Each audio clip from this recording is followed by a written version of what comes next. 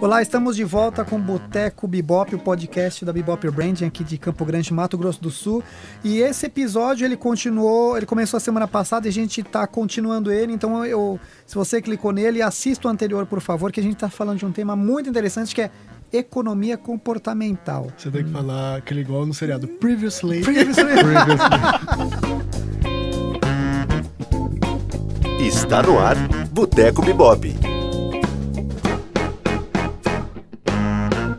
Então, a gente estava falando no episódio anterior, né, do reforço da última experiência, né, e eu tentei falar um pouco como isso é ligado com a nossa profissão, que a gente, quando eu quero, né, criar uma conexão emocional com uma marca, eu crio uma história para a pessoa se identificar, né, que eu acho que isso, a pessoa apreende essa mensagem.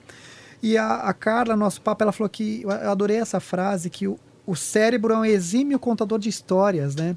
Fala mais sobre isso. Isso daí pra mim é muito bom ouvir isso, né, pra gente. O cérebro, ele é um exímio contador de histórias, porque ele precisa entender, né, tudo que tá ao redor de uma forma muito rápida. Então, assim, como vocês... Gente, eu me perdi total numa linha de raciocínio. Contador de história. É o sistema 2, tá... Ai, dá pra eu explicar isso também. Agora já dá enquanto ela lembra, talvez uma coisa... Isso daí é quase um pré-consciente agindo aí. Uma coisa que é muito legal, que quando ela tá falando que o cérebro é um grande contador de história, enquanto a Carla vai lembrando, é que todas as emoções a gente aprende por analogia.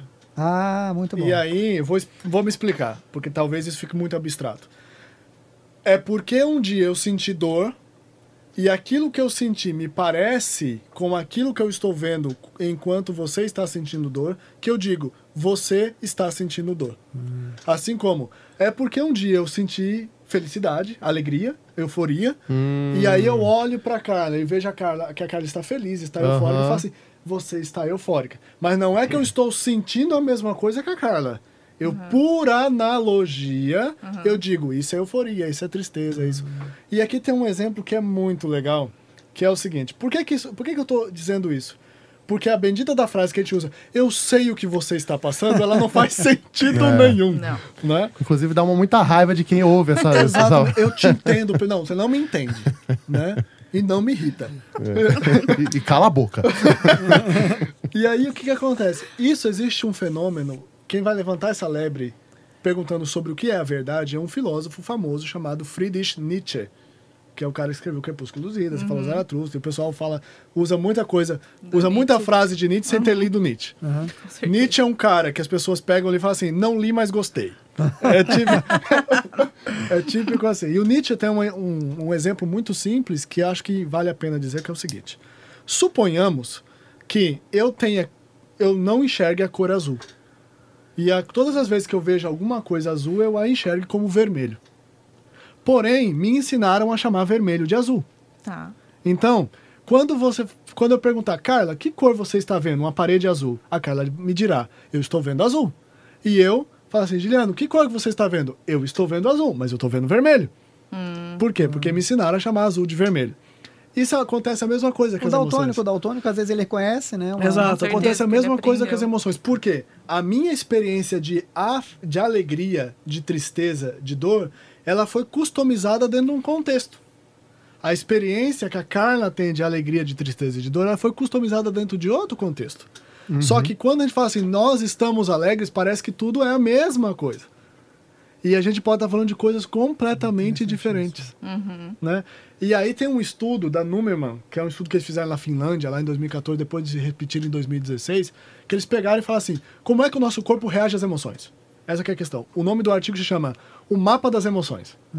Legal. Map of Emotion. E aí, eles falam o seguinte, eles conseguiram mapear, por exemplo, quando a pessoa está alegre, como é que o corpo dela reage com espectro termal, ou seja, medir a temperatura do corpo, oscilação de temperatura. Legal. E é muito interessante quando você olha, por exemplo, o amor, que a pessoa está toda quente no corpo, e a tristeza, que a pessoa está toda gelada. Nossa. É muito interessante. Por exemplo, a alegria é do tórax para cima. Né?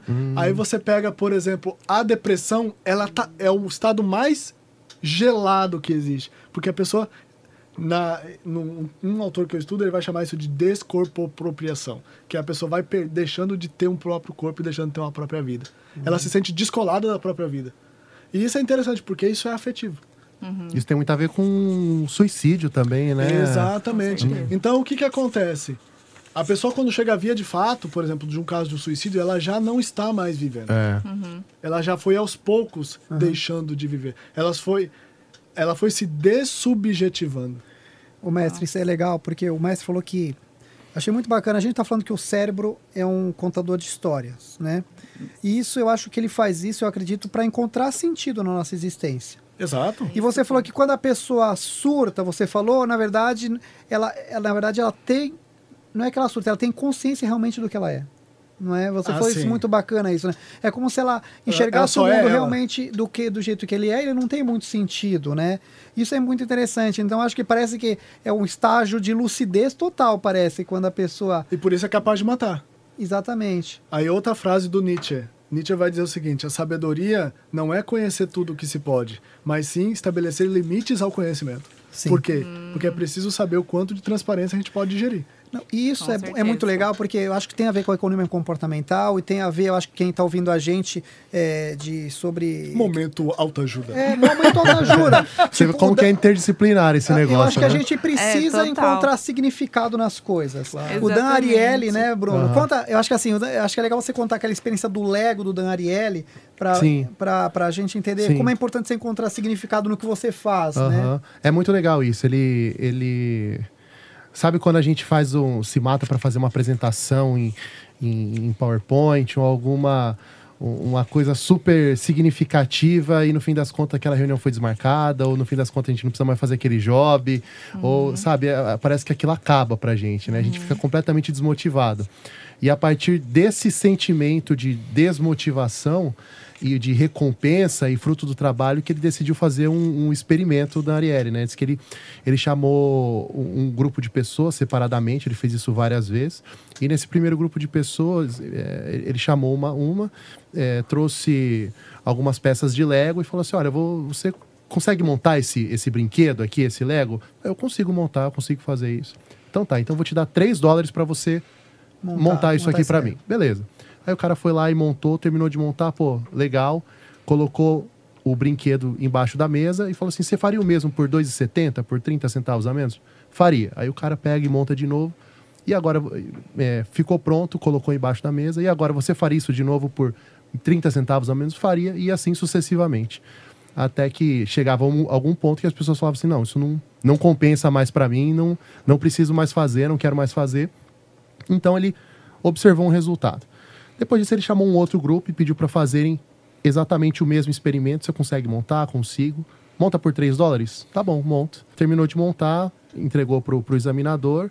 Ele falou assim: você monta outro por R$2,70? Monto. E enquanto ele montava, ele pegava aquela peça previamente montada pelo cara que tinha montado antes e desmontava na frente dele.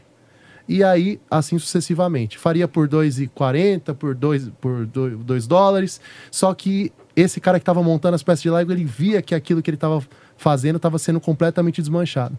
E ele notou que as pessoas que viam as peças de Lego sendo desmanchadas, elas simplesmente paravam de montar antes do momento em que os que não viam as suas peças sendo destruídas. Então, ele chegou numa conclusão com relação a essa questão da desmotivação, que quando você vê alguma coisa que você fez sendo desmontada na sua frente, isso tem um efeito devastador. E teve uma continuidade dessa experiência que ele fez. O Lego é um brinquedo, né? Tem pessoas que gostam de Lego e tem pessoas que não gostam de Lego. Ele observou uma relação assim: as pessoas que gostavam de Lego, elas montavam mais tempo por menos dinheiro, né? Porque elas sentiam uma satisfação em fazer aquilo ali. E as pessoas, quando elas viam o seu trabalho desse segundo grupo, independente se elas gostassem de Lego ou não, elas paravam de montar no mesmo momento. Então ele chegou à conclusão de que, por mais que você tivesse uma satisfação em fazer aquela atividade, se aquilo se desmancha na sua frente, ele não vê nenhum significado. Esse prazer, essa satisfação em fazer, ela simplesmente não significa nada. E o TED desse Dan Ariely é muito bacana porque ele fala da relação do dinheiro e do significado do trabalho. Ele fala, né, daquela coisa dos bônus. Não adianta você aumentar o bônus se ele não vê significado no trabalho. E essa busca por significado é muito bacana. Até aquela velha frase aquela velha, né, uma parábola que o rapaz chegou, uma pessoa viu um cara assentando tijolo, falou: o que você está fazendo? Eu estou assentando tijolo, né? Aí o do lado falou: eu estava fazendo a mesma coisa, e perguntou: o que você está fazendo? Eu estou construindo uma catedral onde as pessoas vão vir aqui rezar esse como. Ou seja, você pode fazer a mesma coisa, mas você dá um significado muito Tem um cara poderoso chamado Albert Camus, é um filósofo existencialista, que ele escreveu um livro chamado Sísifo. O estrangeiro é dele? O estrangeiro é dele. O que é o mito de Sísifo? Sísifo é um mito grego, que é o cara que é condenado a subir uma pedra morro acima, quando ele chega lá em cima, a pedra cai de novo. Então ele fica a eternidade no Tártaro subindo com essa pedra e a pedra cai de novo. E aí o que o Camus vai dizer? A existência humana nada mais é do que subir essa pedra ladeira acima, chega lá em cima, essa pedra vem e cai de novo. Que é a história do não fazer sentido. E aí, isso é interessante porque, quando você estava falando, relatando a questão do Lego, uma coisa que é interessante, o que fez com que o Lego fosse significado? Não foi o objeto Lego, foi o desejo de significar aquela experiência. Sim. Por que eu estou insistindo nisso? Porque hoje é muito mais fácil, e a comunicação explora bem isso, criar objetos de desejo. Coca-Cola esses dias há um tempo atrás, fez uma propaganda que era assim: abra a felicidade. Né? Então, mas o que mais interessante e cada vez mais a ciência do comportamento e também algumas outras teorias têm mostrado é que não importa o objeto, importa o desejo que você aplica e significa nele. Exatamente. Sim, E na verdade, isso daí é toda a indústria do consumo, né?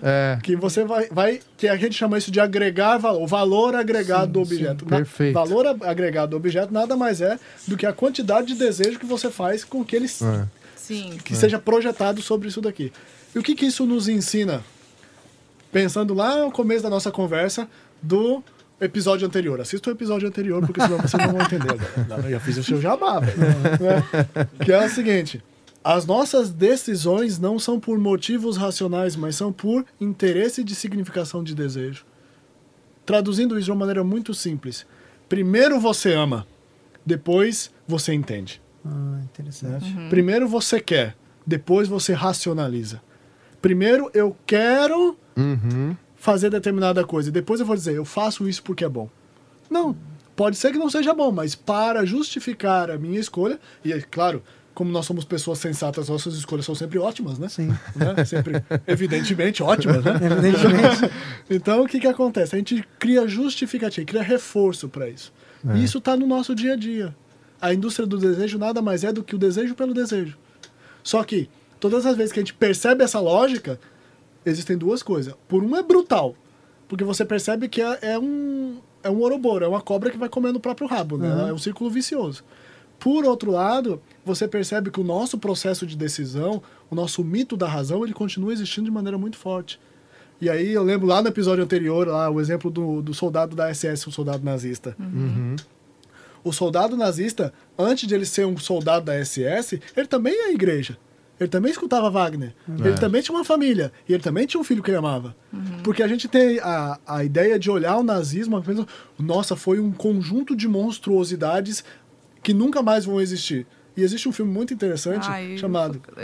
né? Não pode falar. Ele Está de Volta, alguma coisa assim. Não, eu ia falar do experimento de Milgram.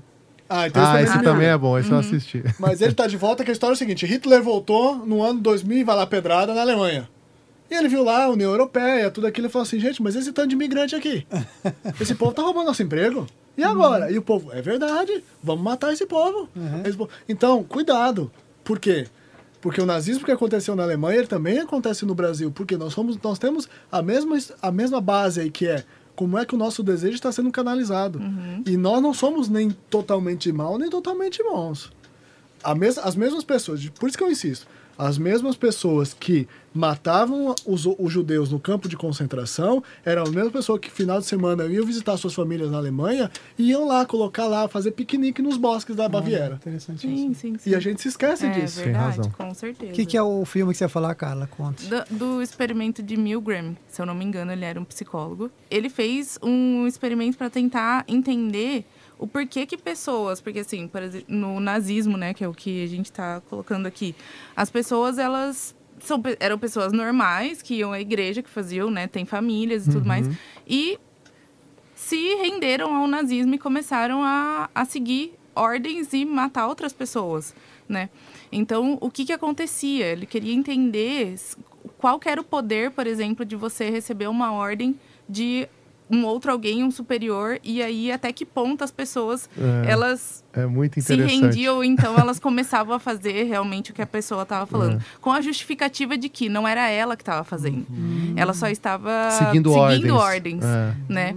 E aí, com esse experimento, ele conseguiu ver que realmente, com essa...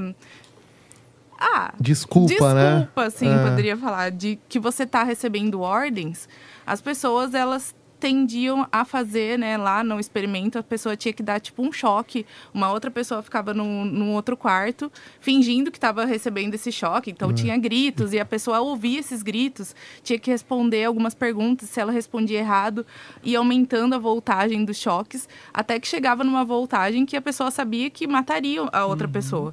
Mas ela olhava para o pesquisador e o pesquisador falava assim, não, continua. Né? Continuava fazendo as perguntas, se a pessoa errava, ela continuava dando choques. Então, assim, foram pouquíssimas as pessoas que pararam e se recusaram. Falaram assim, não vou mais fazer isso.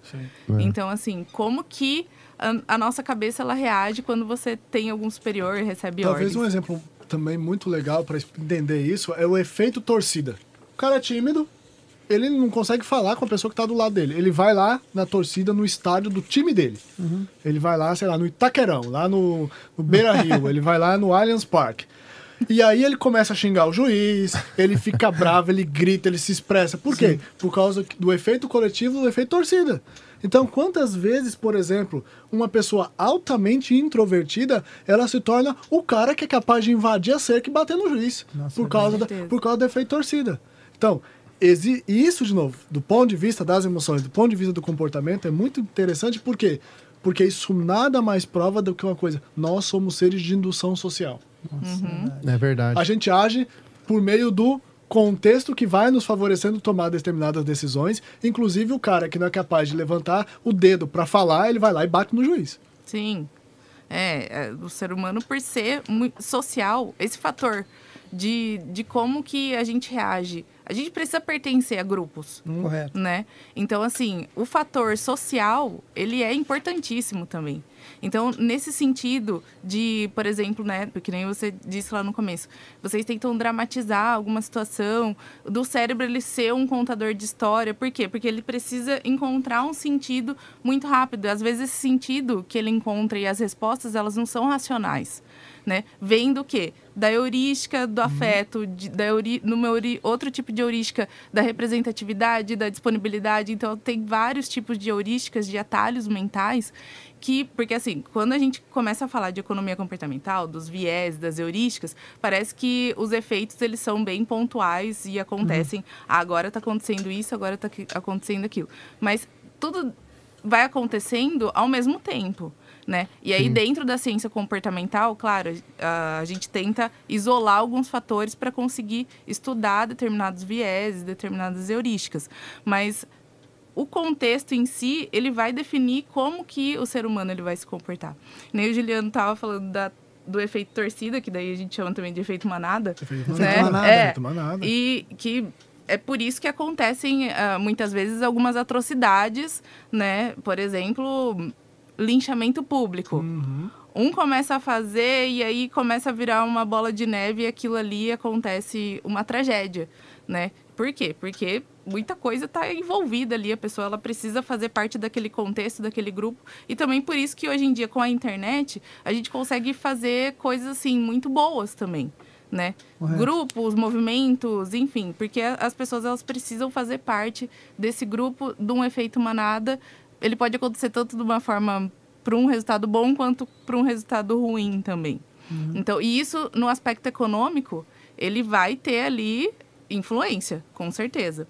Tanto é que dentro da economia comportamental a gente tem a área das finanças comportamentais. É bacana falar, vamos falar E disso. e na área, por exemplo, de investimentos, né? Tem muito investidor, trader, enfim, que ali você tem que lidar com o emocional, com o racional, de uma maneira muito racional, né? Sim. Tentar entender as suas emoções para não seguir totalmente efeito manada. O viés que eu anotei, da aversão à perda, ele influencia Nossa. diretamente os investidores, né? Fala da aversão à perda. A aversão à perda esse é um viés que é importantíssimo dentro da economia comportamental.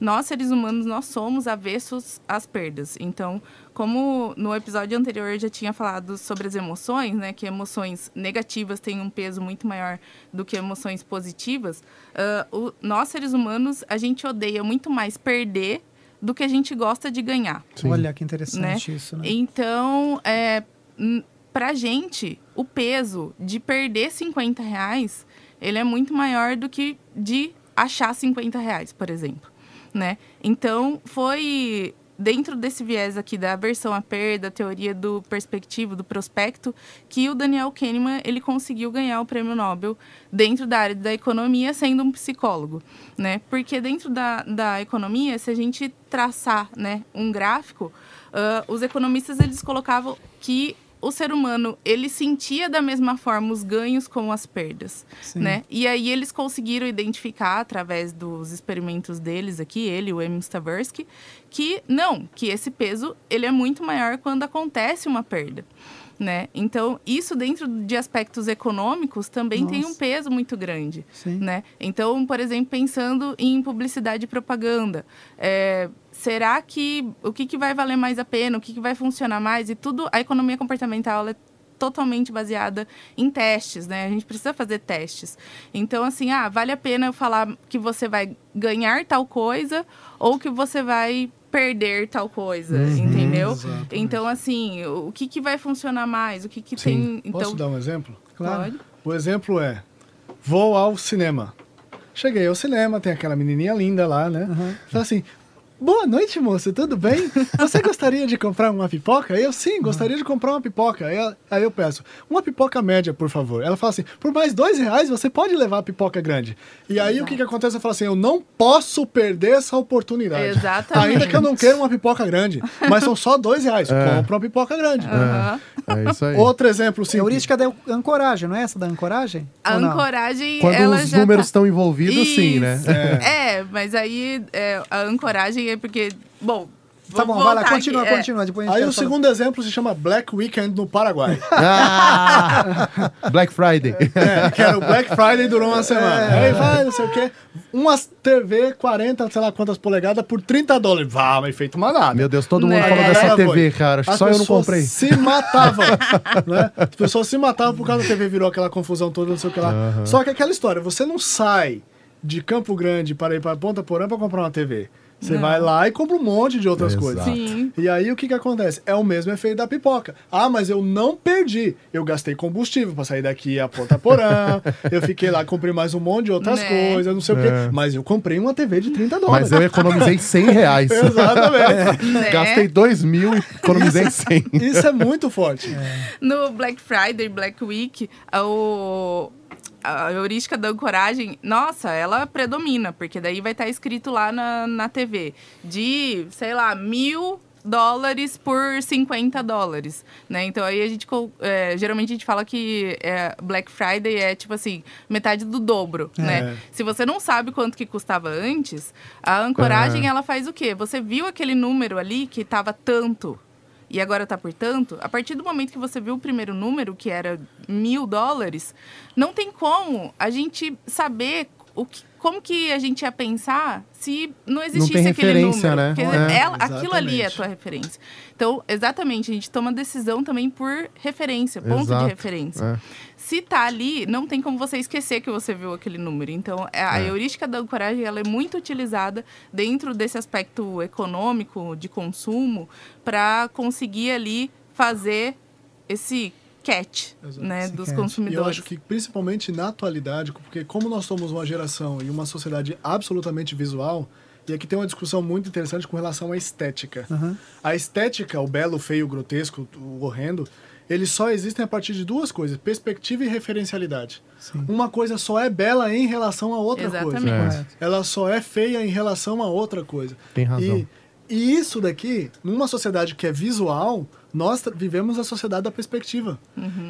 A tal ponto que, esses dias eu estava fazendo com meus alunos uma análise lógica das conversas de Facebook. Ótimo! Eles adoraram, eles adoraram. Eles adoraram. Falaram, abre um negócio aí, vamos ver esse trem. Né? E aí a pessoa fala assim, hoje vai chover. Aí a outra responde, a Amazônia está pegando fogo. A outra diz, o Saara é quente. E a outra termina assim, mas na Oceania os cangurus estão felizes. E assim, o que essas pessoas estão falando, afinal? Deus. Nada. Mas não importa. O importante é se comunicar e mostrar a perspectiva da mesma realidade. E isso se traduz agora numa palavra bonita que está na moda, chamada ecossistema. O que é um ecossistema? Por exemplo, o ecossistema do YouTube. Lá, o vídeo da Anitta, né? Anitta, não sei Sim. o quê. Nada mais é do que perspectivas de uma mesma referencialidade que é o vídeo lá no novo filme da Anitta. Isso daí que o mestre está falando é um fenômeno que a gente observou no estudo que eu apresentei sobre a geração Z, sobre esses millennials, né? E tem uma coisa que fala sobre o ecossistema. Então, por exemplo, lançou um videoclipe da Anitta com um DJ X lá. Beleza, teve 40 milhões de visualizações esse vídeo.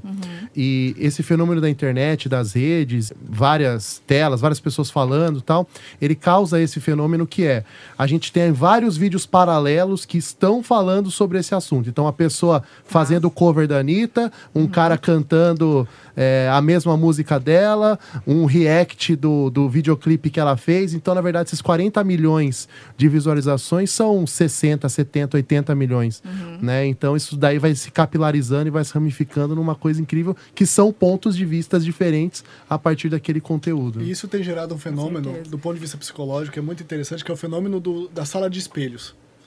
Que é o seguinte, numa sala de espelhos você entra, você tem várias perspectivas de si, mas qual que é a referência? É você. Então, cada vez mais, as pessoas pensando que estão vendo várias perspectivas do mundo, estão vendo ela mesma. Olha. Que é, sim. na verdade, aquilo que quem é que a gente está lendo, está seguindo nas redes sociais. Nossa, verdade. Isso é efeito da sala de espelhos. Se você vai no Palácio de Versailles, você vai ver lá o corredor de espelho de Versailles, onde você vai ver, é lindo, você vai ver você. E aí você fala, eu sou Narciso. E aí entra também do que eu ia falar o Biga, tô acostumado, o Bruno. O que o Bruno falou, né? Que começa a viralizar hoje em dia muito rápido. E aí, dependendo do que você curte e tudo mais, começa a aparecer sempre as mesmas coisas, né? Então, por exemplo, se for falar assim, qual que é o estereótipo da cantora de funk, né? Anitta. Por quê? Porque aí a gente está trabalhando, nosso cérebro já trabalha com uma outra heurística, que é a heurística da disponibilidade. Então, aquilo ali, quem não é visto não é lembrado. Então, Sim, fica aparecendo a exato. todo momento. É. Então, você cria o estereótipo, por exemplo, a Anitta representa o funk. Só que ela é uma, né? Dentro de todo um contexto Sim. do que é e tudo mais. E isso também pode gerar, por exemplo, se você vê muita tragédia, né? O que vem na tua cabeça? Sei lá, você vê muita tragédia relacionada com avião.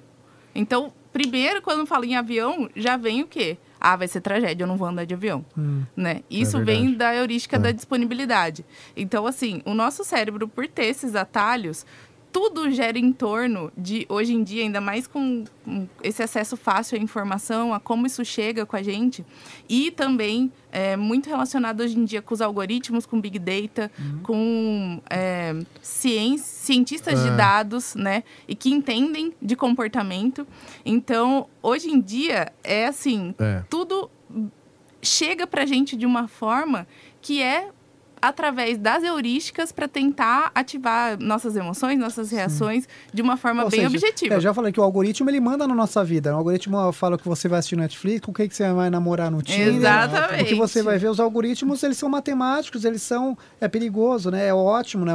Mas eles são perigosos, né? Eles trabalham com essa disponibilidade, né? E do ponto de vista da existência, olha, isso é interessante. Ao mesmo tempo do ponto de vista da ciência é curioso, do ponto de vista da existência é brutal. Por quê? Porque o tempo todo nós estamos vivendo numa sala de espelhos.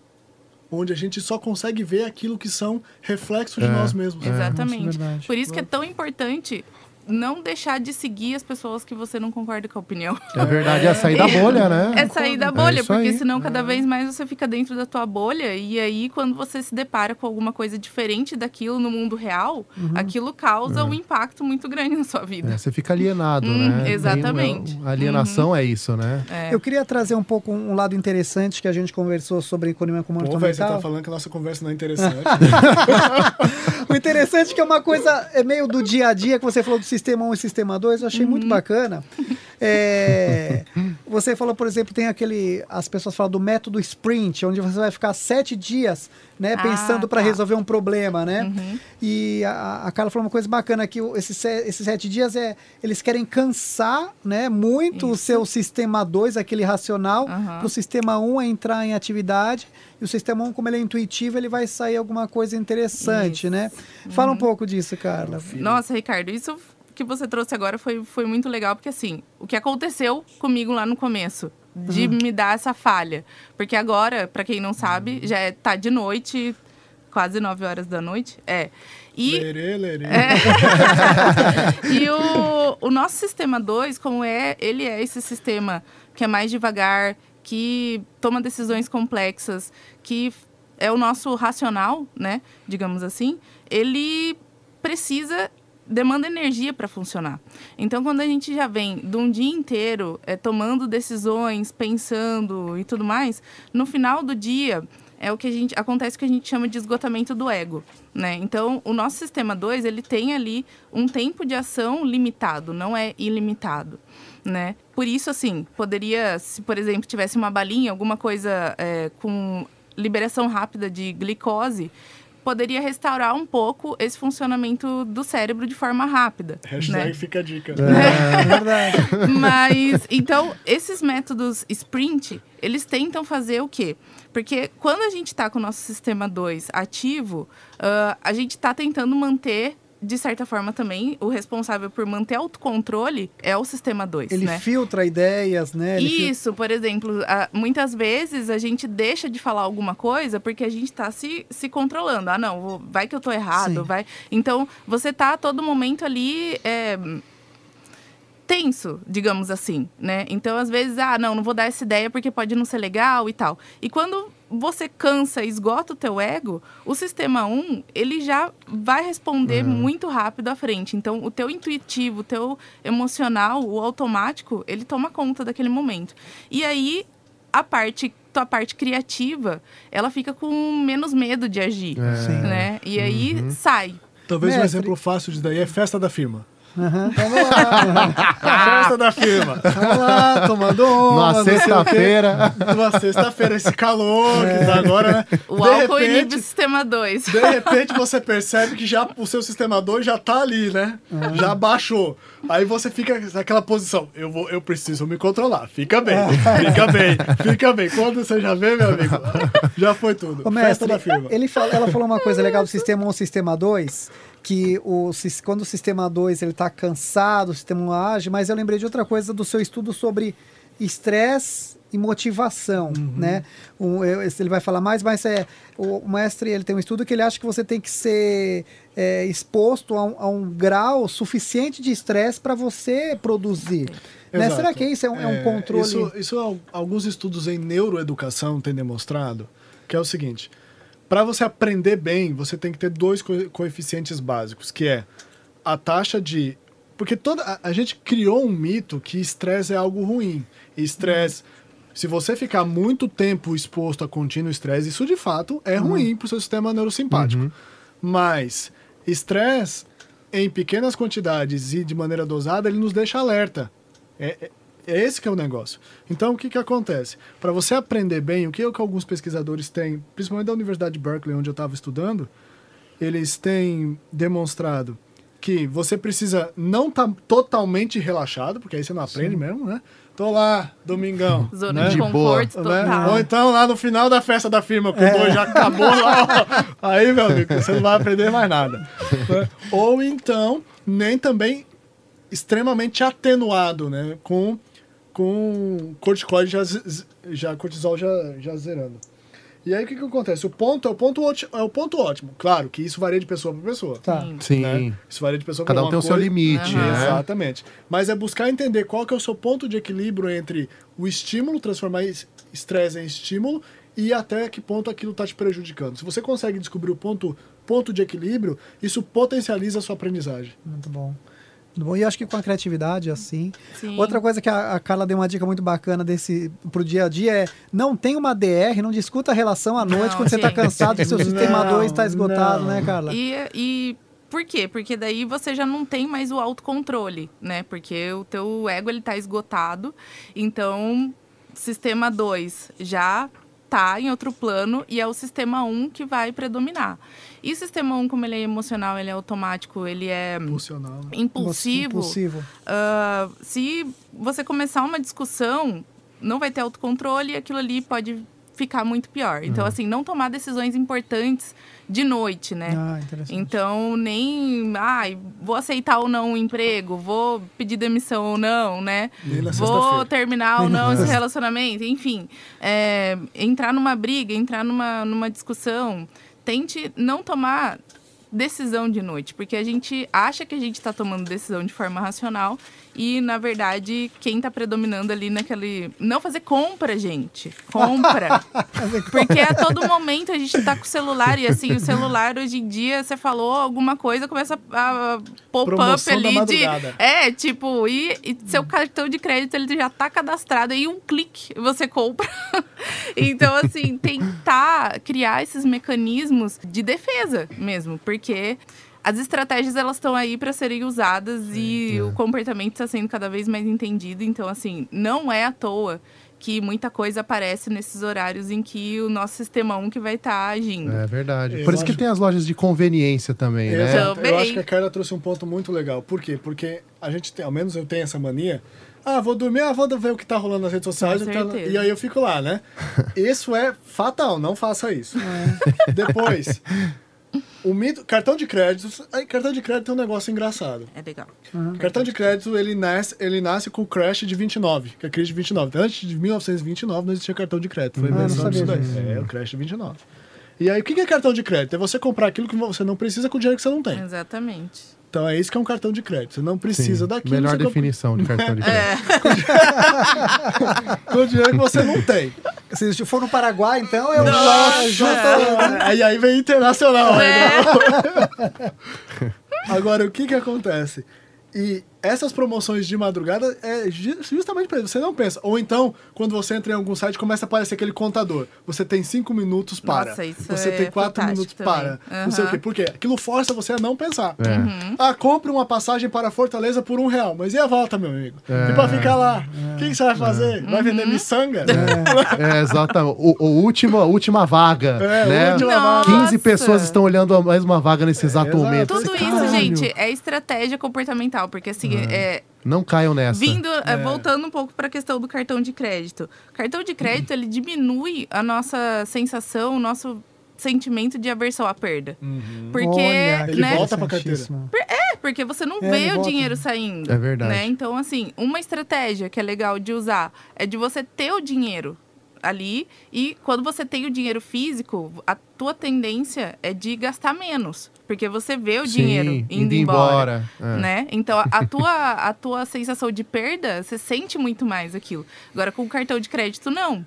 Né? Então, hoje em dia, com as opções, aqui em Dourados, eu achei sensacional uma das primeiras vezes que eu vim pra cá, que eu vi que o pessoal que vende frutas nas esquinas, eles passam o cartão de crédito. Tipo, eu nunca tinha visto isso lá no estado de São Paulo. Eu falei assim, gente, esse pessoal tá Olha. lá pra frente, tipo, cartão de crédito, entendeu? Porque hoje em dia a gente nem anda mais com dinheiro, né? Então a gente tenta cada vez mais diminuir a nossa aversão à perda. Nossa, é verdade. Né? E pela internet, então, nem o cartão você não precisa pegar para passar, Já porque tá ele ali, já está isso é verdade. cadastrado. Salvo. É. Então, isso é perigosíssimo se a gente pensar no nosso sistema 1, da forma como ele age, de forma impulsiva. Se você tem um comportamento de consumo que tá ali todo, né, errado, e não tá atento a isso, nossa, gente. Cara, deixa eu fazer uma péssimo. pergunta. Eu tava lendo esses dias um livro, acho que você deve ter lido, O Poder do Hábito. Nossa, é muito legal esse E ele livro. propõe que você quer você quer perder um hábito, parar de fumar, você sempre tem um estímulo e uma recompensa, e você tem que mudar isso, você tem que mudar, né, um desses lados. Aconselho as pessoas a lerem, mas não sei se é isso. Mas será que é você reprogramar, usar o sistema 2 para reprogramar 1? É isso que ele está fazendo? Tipo, fumar é uma coisa tão automática, é o sistema 1 agindo, e ele está propondo que você seja consciente, você use o sistema 2 para reprogramar. Será que tem uma ligação dessa forma? Tem, porque assim, a gente... Os nossos comportamentos, que eles são contínuos, eles são os nossos hábitos, né? E para se tornar hábito, o cérebro já tem que ter incorporado aquilo como sistema 1. Tá. Então, assim, para mudar, para a gente sair da inércia, uma das coisas mais difíceis é a gente sair do nosso status quo, que é a nossa inércia, né? Por quê? Porque isso vai demandar um esforço do sistema 2, porque você vai ter que ativar o sistema 2 para ele agir. Desligar um piloto automático. Assim. Isso. Então, aí você vai ter que trazer para a consciência, e isso vai demandar gasto energético, e o seu cérebro não quer. Então, a tendência é sempre você querer ficar naquela zona de conforto. E para mudar um hábito, vai ser cansativo no começo. Por quê? Porque vai exigir toda hora você trazer para a consciência e ativar o sistema 2. E como os hábitos são assim, um gatilho, sei lá, deu 3 horas da tarde, que é a hora que todo mundo levanta para tomar um cafezinho. Outro gatilho é café, cigarro. Então, se a pessoa já tem esse hábito de fumar, ela vai levantar para ir tomar o café, a hora que ela vê o café, já vai estar lá no inconsciente dela pegar o cigarro. E aí vem a recompensa, que é o prazer do momento, né? Então, o que pode substituir o cigarro? Exatamente. Aí vai ter que tentar trazer alguma coisa ali para substituir e ter é justamente a recompensa. você ter a consciência do gatilho e consciência da recompensa. É quase o sistema 2 reconhecendo o gatilho, reconhecendo, aí você muda... E aí precisa persistir durante um tempo para que aquilo ali ele se torne sistema 1. E aí você pare de fazer esforço. Reforço, exatamente. Dieta, mudar a alimentação. É por isso que é tão difícil. Condicionamento operante. E é muito difícil porque cansa. Você fica cansado de toda hora ter que trazer para o sistema 2 e pensar. E aí chega uma hora que você pega e fala assim, não, vou fumar só um cigarro. A hora que você vê, já tipo, voltou no antigo hábito. Outra pergunta também sobre isso, eu não sei, não sei se isso faz sentido. Eu vejo que a palavra meditação, mindfulness está surgindo e... quando você faz uma meditação, que você se permanece em silêncio, você tenta silenciar seus pensamentos, será que é uma forma de você fortalecer seu sistema 2?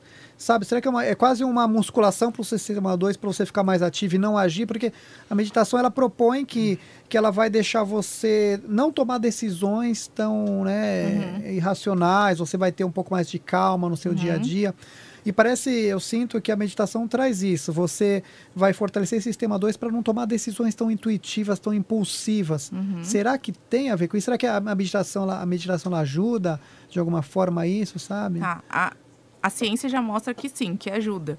Porque a gente vive num mundo hoje em dia em que cada vez mais a gente vive de forma automática. Então, assim, hoje em dia já dá para você, através do celular, pedir para ligar o ar-condicionado da sua casa, ligar não sei o quê. Então, assim, através do celular você consegue fazer praticamente tudo. Então, a gente já levanta e vive de uma forma tão rápida e tão automática que muitas vezes a gente esquece de estar presente naquele momento, né? Então, a meditação, ela faz com que você treine essa atenção plena, de estar ali presente naquele momento. Então, sim, funciona e a ciência mostra que diminui aspectos de ansiedade também, que auxilia nesse processo, auxiliam na pessoas que têm depressão, então auxilia na parte de manter foco, concentração, né? Porque hoje em dia a gente tá com o celular, né, e todas as outras, computador, todas as outras mídias, a todo momento chegando em diferentes meios, muita informação. E o nosso cérebro ele não consegue prestar atenção em várias coisas ao mesmo tempo. Isso é um mito até que, ainda bem que a gente chegou nesse ponto, de falar assim, não, mulher consegue fazer um monte de coisa ao mesmo tempo e eu sou homem, não, só consigo fazer uma coisa. Na verdade, isso é um mito, porque o cérebro, tanto do homem quanto da mulher, ele vai funcionar da mesma forma. Só que o que acontece? A mulher, muitas vezes, ela é treinada para mudar de foco, muitas vezes. Né? E é por isso também que daí vem aquele mito de que assim, não, o homem é mais centrado, é mais focado. Mas é porque não tem esse treinamento, né? Tipo assim, fazer várias coisas ao mesmo tempo. E na verdade a gente nem tá fazendo várias coisas ao mesmo tempo. A gente tá fazendo só coisas que são assim, já são sistema 1 e que daí não demandam foco e atenção. Mas se demandar foco e atenção, por exemplo, eu não consigo responder uma mensagem no e-mail que é importante aqui e dirigir no trânsito de São Paulo. E com certeza isso vai gerar um acidente, né? Porque o nosso foco, ele fica em uma coisa de cada vez. Então, o mindfulness, ele tenta fazer com que a gente reaprenda, né? Porque antes a gente não tinha tanta dificuldade de manter o foco numa coisa só. Hoje em dia, a gente desaprendeu meio que a fazer isso, né? Então, a gente fica dividindo o nosso foco em várias coisas. Pra não esquecer, eu tenho uma série que estreou, acho que a semana passada na Netflix, chama Como a Mente Funciona, que são curtinhos muito legal. E é muito bacana. Tem um sobre ansiedade, legal. meditação. Quero E ele explica em 20 minutos coisas muito interessantes. Né? Voltando à muito questão legal. da meditação, e aí acho que isso é interessante, valeria até toda uma discussão, porque o cérebro funciona em ondas, né? E a meditação ativa um tipo de onda que é a onda alfa. E é interessante pensar isso porque, na verdade, o que a meditação ajuda no processo? Por que ela ajuda no processo de foco? Porque, na verdade, ela vai limpando as vias de aprendizagem, as vias de como o nosso cérebro, as heurísticas, Perfeito. ela vai limpando as vias de como o nosso cérebro vai reforçando o processo, os caminhos lógicos dele, as assembleias neurais. Então é por causa disso. Nós vivemos numa sociedade, eu gosto de brincar, que nós vivemos na sociedade do futuro do pretérito. Exatamente. O que é a sociedade do futuro do pretérito? A gente fica ou morrendo por expectativa, ou sofrendo por aquilo que não deu certo e já passou. Mas o presente vai passando por aí, né? Aí tem toda uma discussão sobre a questão do tempo. Mas isso é interessante. Por que a meditação hoje está sendo redescoberta? E assim, tem tipos e tipos de meditação. Tem umas meditações aí que são meio perigosas. Mas a meditação, na verdade, ela te força a você se concentrar naquilo que você é minimamente presente. É isso daí. E isso acaba reforçando alguns caminhos neurais. E alguns caminhos de experiência de si. Por quê? Porque hoje a gente faz experiência de tudo, mas menos experiência de nós mesmos. Sim. Não sei se vocês já perceberam isso. É a gente verdade. faz experiência do celular, da chuva, do tempo, dos amigos, mas e quando é que, tirando tudo isso, sobra uma pessoa chamada Giliana, chamada Carla, chamada Bruno, chamada Ricardo? Quando é que essa pessoa sobra? Quando é que essa pessoa aparece? Às vezes a pessoa de fato só tem esse momento para isso. Com Né? certeza. E é um momento que dura, sei lá, 1 minuto, 5 minutos, 20 minutos. E é um momento que eu acho que muita gente também procura evitar, né? Exatamente, porque o que acontece? Lembre-se, tudo aquilo que no nosso dia a dia a gente for jogando para debaixo do tapete, amanhã eu vejo, nessas horas faz assim, Com certeza. interessante. Por isso que hoje em dia também tem esse movimento grande do self-care, né? Que é você cuidar de você mesmo. É verdade. Interessantíssimo. Porque aqui eu vou usar uma outra alegoria que talvez nos ajude a entender o que é o processo da meditação. Eu por muito tempo pratico meditação. Ah, que Eu bacana. também. É mesmo? Muito tempo não é muito tempo, mas... É abrir a caixa de Pandora. O que é a caixa de Pandora? Lá na mitologia grega, os deuses falaram assim, nossa, o homem tá muito feliz. Né? Não, é isso mesmo. Vamos desgraçar a vida desse homem. Então vamos. Aí juntou Hera, Afrodite, Zeus e Atena. E falaram assim, vamos fazer um ser belo, Afrodite, inteligente, Hera, sagaz. E o Zeus falou assim, e vamos dar uma caixa pra ela. E vamos colocar tudo aquilo de mal que existe dentro dessa caixa. Beleza, colocaram a caixa, mandaram a Pandora. Pandora significa Pandoras, tudo de mal, em grego. Aí tava lá o homem, de repente... Claro que isso é bem machista, esse mito, mas depois eu vou me justificar. Calma, não me bata. É história. Fazer o quê? É um Aí mito. o que acontece? Chegou lá, o homem bateu o olho na mulher e se apaixonou. Falou assim, cara, que mulher linda, que é a minha parte, né? A parte que me cabe da herança, né? E aí ela falou assim, ó, beleza, tudo certo, mas não abra a caixa. Aí vamos falar, não vou abrir a caixa. Claro que eu vou abrir a caixa. Falou pra não abrir, Né? né? Na hora que ele abriu a caixa, saiu todos os males. A dor, o sofrimento e a morte. Foram os 3 principais, saíram. E no final da caixa sobrou um único dom, a esperança. Né? Por isso a caixa de Pandora. Sai tudo desgraçado, mas no final a esperança é a última que morre. Com certeza. E por que a meditação libera a caixa de Pandora? Porque o que acontece? Quando a gente joga, no dia a dia a gente vai jogando os nossos problemas para debaixo do tapete, amanhã eu resolvo, amanhã... essa dimensão... Porque como a gente não gosta de perder, a gente tem aversão à perda, os nossos defeitos são tipos de perda. Sim. Por quê? Porque eu não vou ser socialmente aceito, porque eu não vou ser... A minha autoimagem não vai ser tão grande assim, eu não tenho 2,20 m, eu tenho 1,80 m. Então eu vou jogando isso por debaixo do tapete. Na meditação abre a caixa. Por quê? Porque eu não consigo fugir dessa. Por isso que a meditação incomoda muito. Quem começa a fazer meditação, minha sugestão, comece acompanhado. Nossa, total. Não comece sozinho. Sim. Por quê? Porque no começo, você não sabe o que vai sair dali. Depois você vai se acostumando com seus demônios, você vai tomar um café. Interessante isso. Né? Por incrível que pareça, estamos conversando há quase 2 horas. Então eu queria agradecer novamente a Blink por esse episódio. Eu não sei, eu acho que foi o nosso dos episódios mais assim, não lineares, né? Mas eu achei super interessante. E a gente sempre termina falando um pouco, acho que dando eu peço para cada convidado falar um pouco sobre o tema, assim, né? E eu queria... Bruno, fala um pouco sobre o episódio de hoje, a economia comportamental. Enquanto a gente estava conversando, isso pega um pouco do primeiro episódio que a gente estava falando, da parte dos interreinos, né? Que é muito interessante. Eu acho que uma das maiores coisas que está acontecendo é o seguinte: vários pilares da civilização foram construídos numa época em que a razão era... muito suprema, né? Então a economia é uma dessas coisas que a gente estava falando. Sim. E olha como que esse pensamento que nasceu da psicologia chegou na economia e isso causou um abalo tão grande que várias coisas estão sendo revistas, né? Então acho que esse Interreinos é um pouco disso, né? Tem muitos pilares que foram construídos na razão e hoje a gente está vendo que o ser humano não é exatamente isso e várias dessas outras ciências estão começando a se questionar e isso também está causando uma desordem, as pessoas estão ficando perdidas muito e tudo mais. E a gente falou sobre diversas disciplinas aqui, a gente começou falando de economia, passamos por tudo, então... adorei a conversa de hoje. O meu sistema 2 está bem gasto. Muito bom ter vocês aqui. Cara, fala um pouco da economia comportamental. Acho que é legal você falar por que você gosta tanto disso, até para... Eu acho que o que mais me interessou foi essa parte de que a gente sempre pensar que a gente toma decisão de forma racional. E eu sempre falo assim, mas gente, né? Eu quero fazer dieta, mas ao mesmo tempo eu quero comer todos os brigadeiros do mundo.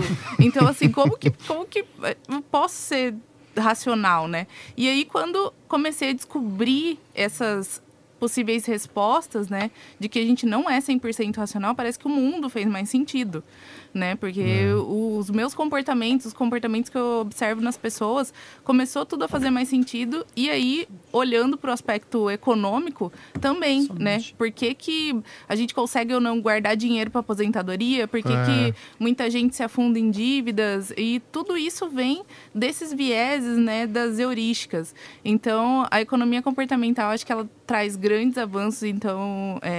para essa área mesmo, ao mesmo tempo que pode ser usada de forma muito boa, pode ser usada também para o lado ruim.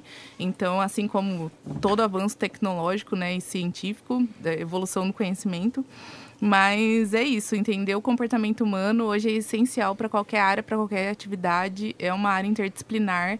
Então, se você quer focar em alguma área que eu acho que vai trazer um ponto ali bem legal para a tua carreira, essa área tem que ser uma das áreas estudadas, com certeza. E gostaria de agradecer, né, o convite da Bebop, do Juliano, que, nossa, foi muito legal poder conversar com todos vocês aqui. Obrigada. Obrigado. Mestre... Eu acho que o grande tema que permeou toda essa divagação e essa estouró de parpite, né, que nós fizemos aqui, foi o tema do quem somos nós. Né? A grande pergunta de fundo aqui é quem é esse negócio chamado ser humano, o que é isso daqui, como ele se comporta e quais são as dinâmicas dele. E eu acho que cada vez mais o caminho é redescobrir esse humano demasiado humano. Sim. Porque por muito tempo a gente foi razão, por muito tempo a gente foi um monte de coisa, mas a gente se esquece de ser humano demasiado humano, que é um tema de Nietzsche, né? Então é isso, obrigado pelo convite, fiquei muito feliz, obrigado Carla pela contribuição, Ricardo e Bruno também, a gente fica sempre muito feliz. Desculpa pelas bobagens que a gente fala. Né? Estamos aqui para isso, né? Estamos aqui para isso. Vamos lá, e muito obrigado a Blink pela oportunidade também. E é isso, muito obrigado por mais um Boteco Bebop e boa noite, ou Valeu. bom dia, boa tarde. Valeu, pessoal, até mais. Até mais.